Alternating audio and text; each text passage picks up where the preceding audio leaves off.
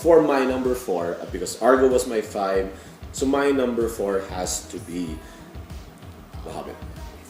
Alright. Okay, because I really like The Hobbit. It's the last film that I've seen for 2012 on the big screen, and it made a very strong impression on me because, as we just reviewed a few minutes earlier, Peter Jackson got it right. He got all the elements right. Though some may argue that it feels like it's stretching out for 3 films, I thought JV and I both agreed on the pacing. The pacing was well done. The action was great. Seeing Martin Freeman as the young Bilbo interacting with Richard Armitage as Thorin Oakenshield and bringing back Sir Ian McKellen as Gandalf and Hugo Weaving as Elrond and Kate Blanchett as Galadriel and even Christopher Lee as Saruman when he was still a good guy. Yeah. It's pretty good. Yeah. And the element of Smaug somewhere there lurking in the background. Of course, Andy Serkis as Gollum. Wow, what a great movie. I'm so happy that I was able to watch it twice already. So screw you, Film Fest. So that's my 4. Okay. My number 5, I'll have to say, is Dark Knight Rises. Right. This movie, when I first watched it, it really was, in the shadow of The Dark Knight. Honestly, it's like, for me, it's like, okay, the whole time I was expecting, can this top The Dark Knight? And obviously it didn't.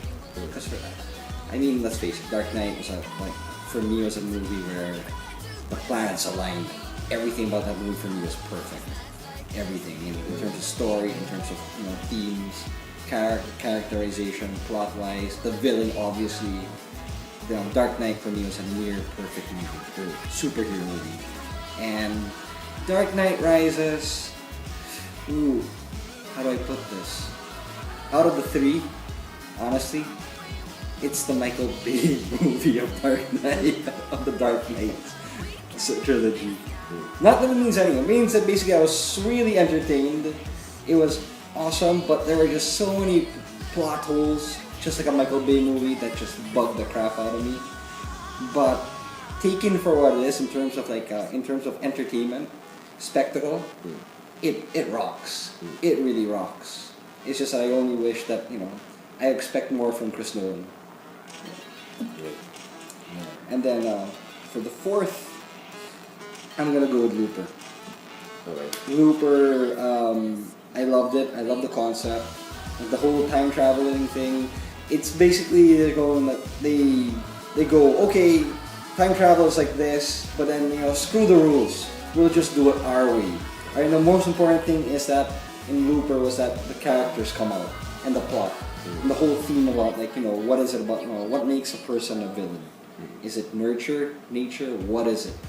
And it's the whole idea about assassins who have to close their contract by killing themselves in the future. It's just a great concept, and it's just executed so well, and it's greatly the acting here is awesome by JGL, Joseph Gordon-Levitt, and Bruce Willis. It's just well done. It's like one of the best Bruce Willis movies I've seen in a long time. Okay. And great execution. Okay. So for my number 3, I'm picking Skyfall because this is, Casino Royale was a great James Bond movie with Daniel Craig's first outing as 007. Quantum Solace was a major disappointment because I had such high expectations after Casino Royale. Skyfall got everything back. And it immediately skyrocketed to my top 5 Bond movies of all time. This was so good. Yeah. It had classic Bond elements. It had callbacks to classic Bond. The DB5. Introducing Moneypenny. The villain played by Javier Bardem was so creepy, monstrous, like Blofeld back in the day in Jaws, and the tragedy at the end, and introducing Ralph Fiennes into the mythos, and the fact that they explored parts of Bond's history that nobody's ever explored before. Right. They were able to do that. Sam Mendes, Yeah. props to Sam Mendes. Really well done. Cinematography was awesome. It Oh, looked yeah. really good. It's the most Lights. beautiful James Bond. Really beautiful.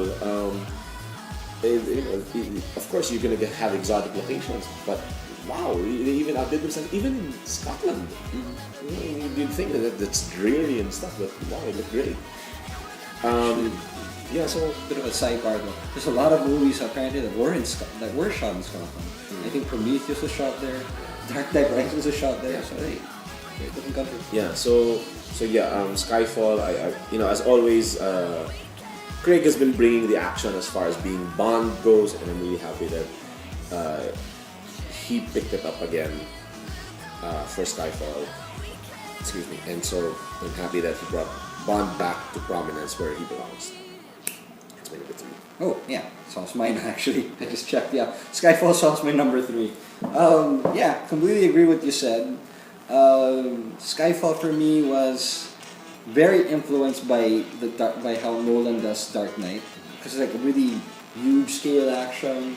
At the same time, you've got a Joker like character type of villain, in Javier Bardem, and it was a lot of there's a lot of callbacks to the old James Bond series, which pleases all the old school fans. Yes, sir. But at the same time,